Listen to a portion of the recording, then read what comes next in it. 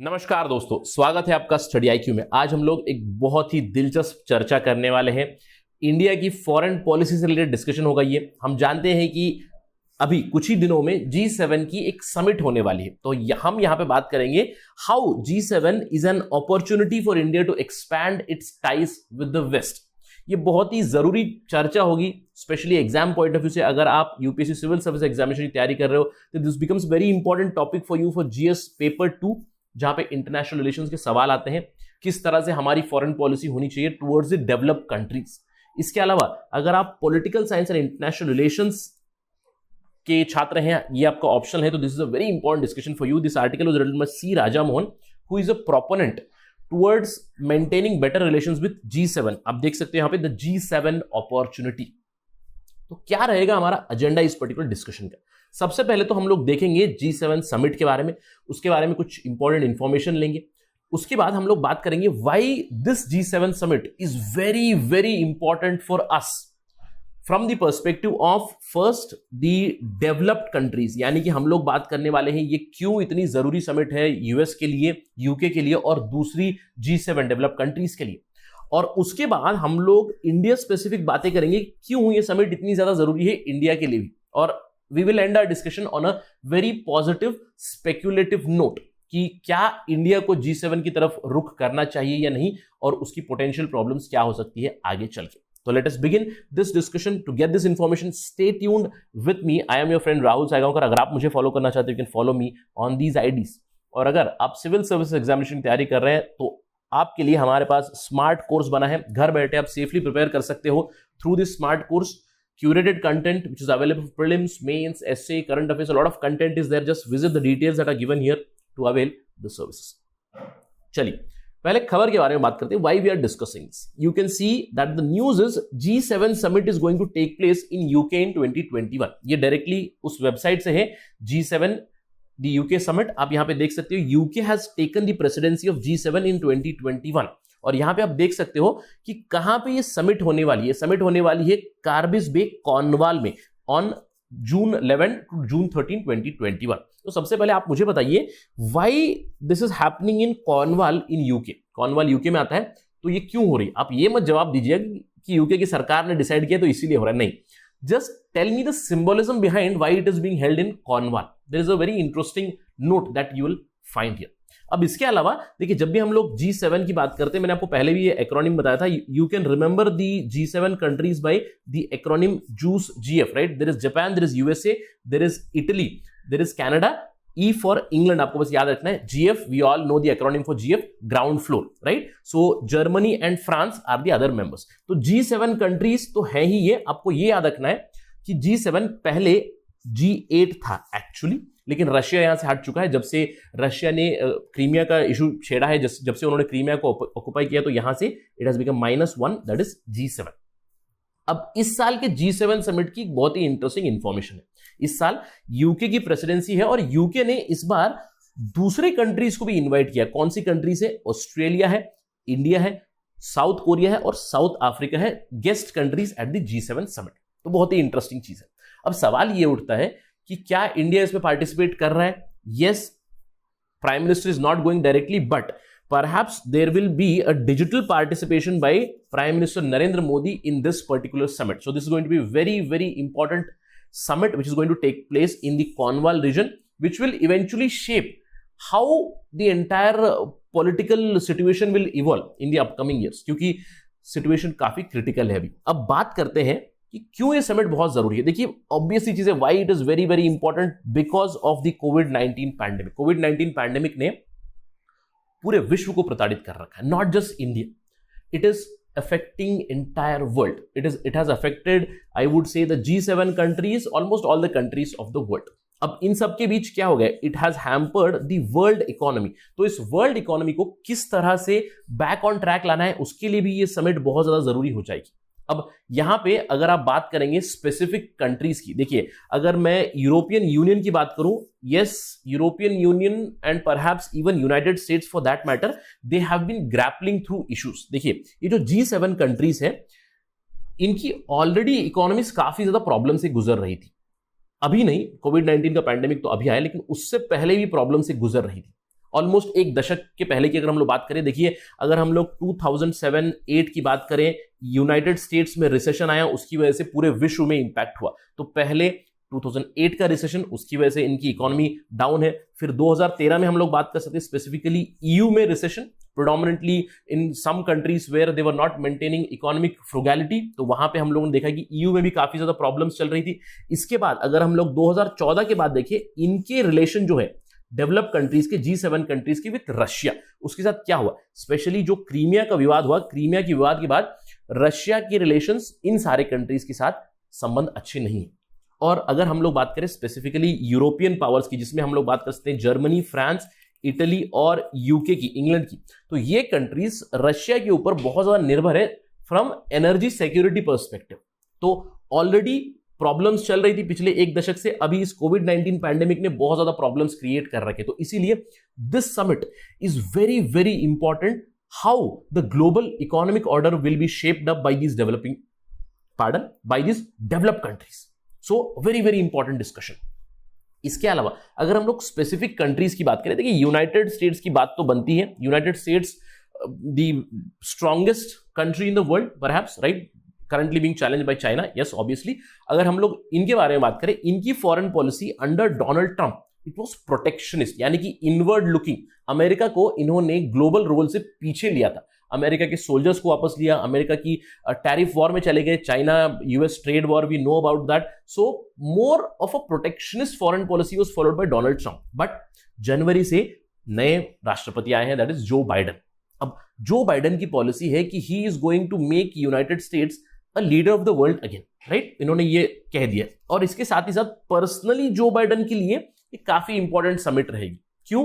क्योंकि if we have to follow the news reports, Joe Biden की first diplomatic visit होगी UK के लिए, यानी कि amidst the COVID-19 pandemic he will be visiting UK to the Cornwall to attend the G7 meet personally। मैंने आपको बताया कि prime minister Narendra Modi from India he would be joining the meeting virtually, लेकिन Biden is going to UK to attend G7 summit। So personally also it is very very important to showcase that America is back। यानी कि जो 4 साल का एक aberration था जहां पे डोनाल्ड ट्रंप ने प्रोटेक्शनिस्ट पॉलिसीज फॉलो की थी, उसको रिवर्ट बैक करने के लिए बाइडेन के पास ये अपॉर्चुनिटी है। ये अनाउंस कर सकते हैं कि yes, United States is back to take the leadership of the world, right. अब इसके अलावा अगर हम लोग यूके की बात करें, देखिए यूके के लिए भी काफी इंपॉर्टेंट समिट है ये। क्यों? क्योंकि अगर हम लोग पिछले 5 सालों से बात करें, UK is railing through the problems of Brexit, isn't it. हम लोग जानते हैं कि यूके ने अपने संबंध, इकोनॉमिक संबंध में कह सकता हूं कि तोड़ दिए हैं with European Union. They have come out of their partnership with European Union, so they are looking to expand. Now amidst all this obviously there is a factor of China, क्योंकि चाइना काफी ground gain कर रहा है, not just in India's neighbourhood but all around the world. अब इसके चलते UK के जो प्राइम मिनिस्टर है बोरिस जॉनसन, उन्होंने ऑलरेडी एक आइडिया फ्लोट कर दी थी D10 की, परहैप्स D11 की भी अगर आप इसमें साउथ अफ्रीका को जोड़ दें, तो G7 के साथ उन्होंने इस बार इन्विटेशन दिया है इंडिया को, साउथ कोरिया को, ऑस्ट्रेलिया को और साउथ अफ्रीका को भी दिया है। But in general there is a lot of hue and cry and lot of traction about a future D10, यानी कि democracy 10 to counter the Chinese. So in terms of these developed countries this summit is very very important. हम लोगों ने उनका perspective देखा, लेकिन अगर हम लोग इंडिया के पर्सपेक्टिव की बात करें, देखिए इंडिया के लिए भी काफी इंपॉर्टेंट होगी ये summit.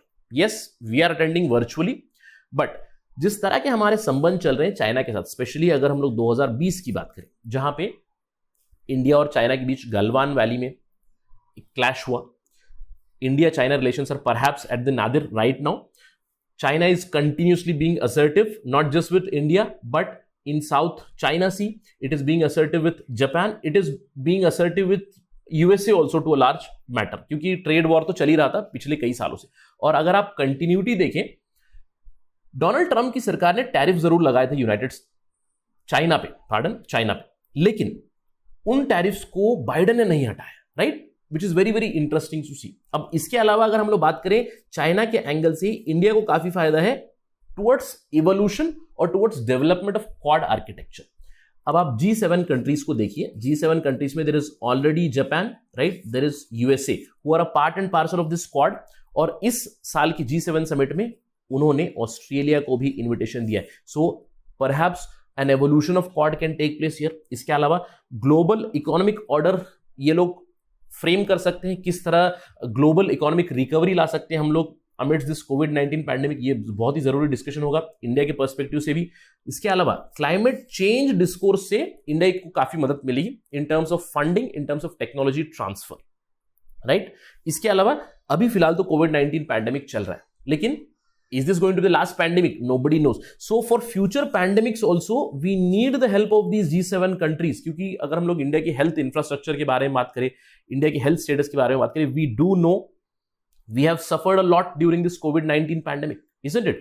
So we need more and more partnership. अगर ऐसा कोई आने वाले समय में एक और ऐसी महामारी आ गई, this is going to create a huge problem for India, isn't it? And finally we need more trusted supply chains. अब देखिए पूरे वर्ल्ड में अगर मैं बात करूं, चाइना की ग्लोबल सप्लाई चेन काफी ज्यादा प्रोमिनेंट हो चुकी है। इनफैक्ट ये सिर्फ इंडिया के ऊपर नहीं, अगर आप पूरे विश्व की बात करें, for developed countries also they do understand कि वो लोग काफी ज्यादा निर्भर हो चुके हैं चाइना के ऊपर। और अगर हम लोग चाइना की बात करें, China has become very very assertive in last couple of years, right. तो इसके चलते हम लोग एक ट्रस्टेड सप्लाई चेन डेवलप कर सकते हैं। इंडिया को देखिए in terms of export import we can have a closer collaboration with these G7 countries and the other partners who have been invited. So it's a kind of a win-win situation for both. यानी कि जो develop countries है उनके लिए भी कुछ ना कुछ है, यानी कि यूरोपियन यूनियन के लिए नया मार्केट मिलेगा, UK is looking at new markets, USA को अपने आप को असर्ट कराना है वापस 4 साल के बाद। So this summit becomes very important for them. Obviously this summit becomes very important for India because India की खुद की economic situation it is very bad right now. इसके अलावा कोविड-19 पैंडेमिक की वजह से भी all these factors do suggest that we are going to look at this G7 summit very very closely. Perhaps this is an opportunity. चलिए discussion and करते हैं एक स्पेक्युलेटिव डिस्कशन के साथ। देखिए इन जनरल अगर हम लोग इंडियन फॉरेन पॉलिसी की बात करें, we do know about the neighbourhood first policy, although मैं कह सकता हूं कि थोड़ी सी लिमिटेड सक्सेस जरूर है, बट नॉनदलेस जब से नरेंद्र मोदी सरकार आई है तब से उन्होंने फोकस जरूर किया है on neighbourhood. We have tried our level best, but यहां पे yes China is countering. So एक पॉलिसी है which has limited success. Act east perhaps I would give a right tick mark for this. This has been a rather successful foreign policy discourse for India with respect to ASEAN, with respect to development of northeastern region, although यहाँ पे काफी improvement हो सकती है, लेकिन perhaps one of the most successful area is the look west policy, जहाँ पे India has maintained very good balance among the volatile countries, यानी कि जो शिया सुन्नी कॉन्फ्लिक्ट है, अरब्स वर्सेस ज्यू कॉन्फ्लिक्ट है, इन सब के बावजूद इंडिया ने वेस्ट यानी कि जो वेस्ट एशिया है, मिडिल ईस्ट जिसे कहते हैं, वहां पे काफी अच्छी पॉलिसी उन्होंने फॉलो की है। So perhaps is it time for a new foreign policy discourse, look G7 policy? Let me know your thoughts about this. आपको क्या लगता है कि क्या हमें एक look G7 policy लानी चाहिए? बट अगर हम लोग लाएंगे, is everything hunky dory here with G7? यानी कि क्या हमारे संबंध इन G7 कंट्रीज के साथ बहुत ही अच्छे हैं? मैंने आपको बताया पोटेंशियल, एक चाइना के पर्सपेक्टिव से, एक मैंने आपको बताया इकोनॉमिक ऑर्डर के पर्सपेक्टिव से, क्लाइमेट चेंज के पर्सपेक्टिव से बात की, फ्यूचर पैंडेमिक्स की पर्सपेक्टिव से बात की, बिल्कुल। लेकिन क्या सब कुछ अच्छा है इन G7 कंट्रीज के साथ? हमारे संबंध इन कंट्रीज के साथ बहुत ही अच्छे हैं क्या? The answer would be no.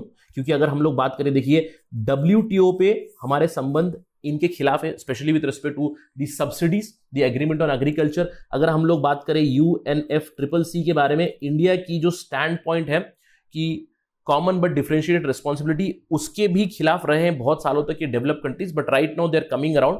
But in general अगर हम लोग और भी बात करें, देखिए IPR के ऊपर, वैक्सीन डिप्लोमेसी के ऊपर, इन सब चीजों के ऊपर हमारी काफी एक डिसएग्रीमेंट है। हाल ही में हम लोगों ने बात की थी with respect to digital services tax भी, यहां पे भी डिसएग्रीमेंट है बिटवीन इंडिया एंड USA। तो it's not like that everything is good, but despite all these developments should we look G7। अब अगर हम लोग फॉरेन रिलेशंस पर्सपेक्टिव से देखें, अगर हम लोग एक लुक G7 पॉलिसी लाएंगे, what would be it's impact on India Russia relations? ये एक देखने वाली चीज जरूर रहेगी, क्योंकि G7 और रशिया के संबंध उतने अच्छे नहीं रहे हैं पिछले 5-6 सालों से, जब से क्रीमिया का विवाद हुआ है। So if we look G7, perhaps we need to also keep an eye on India Russia relations, क्योंकि अगर हमारा रुख G7 की तरफ हुआ तो हमारे रशिया के साथ संबंध और खराब हो सकते हैं। Russia can again go in the lap of China and Pakistan.